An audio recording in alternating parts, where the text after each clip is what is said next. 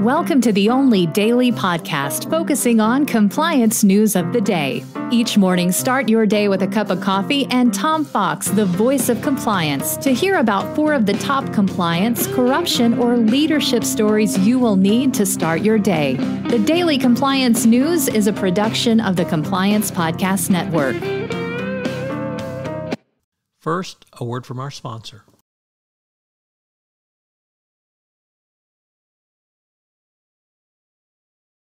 The Daily Compliance News for May 18, 2022, the Supreme Court Makes Corruption Easier edition.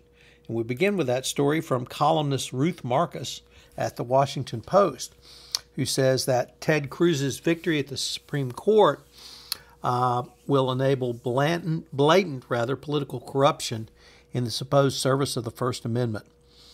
Conservative justices have been on a decade-long mission to dismantle campaign finance restrictions, and they now have done so in ruling in Ted Cruz's case. The campaign finance, or rather, the case was Federal Election Commission versus Ted Cruz for Senate, and it involves candidates who lend money to their campaigns.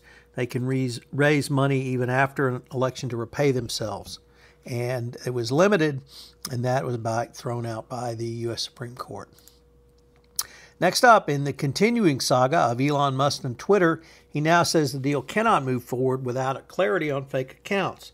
The problem Musk has is he's waived due diligence in his contract, and he's going to be stuck with $1 billion breakup fee.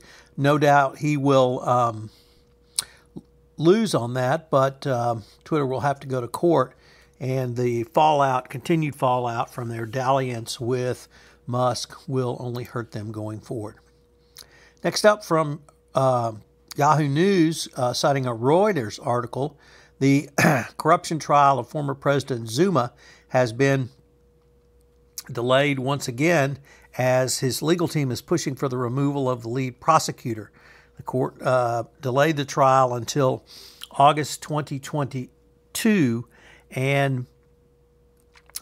till August 15, 2022. So Zuma continues to evade going to trial. And our final story comes to us from the BBC, who discusses the U.S. barring Guatemalan Attorney General Consuelo Porras from entering the country because of her involvement in corruption. The State Department says she has repeatedly obstructed and undermined anti-corruption investigations in Guatemala. She's denied any wrongdoing, but the U.S. State Department has found that she acts corruptly, and the designation should send a strong signal that the U.S. stands with all Guatemalans to encourage accountability, transparency, and the respect for law. Secretary Blinken said that she has obstructed anti-corruption investigations to protect her political allies and to gain undue political favor.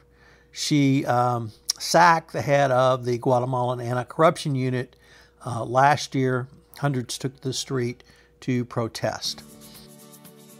The Daily Compliance News is a production of the Compliance Podcast Network and a proud member of C-Suite Radio. Thanks so much for listening. I hope you'll join me again tomorrow.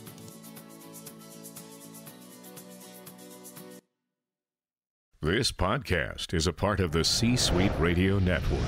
For more top business podcasts, visit c-suiteradio.com.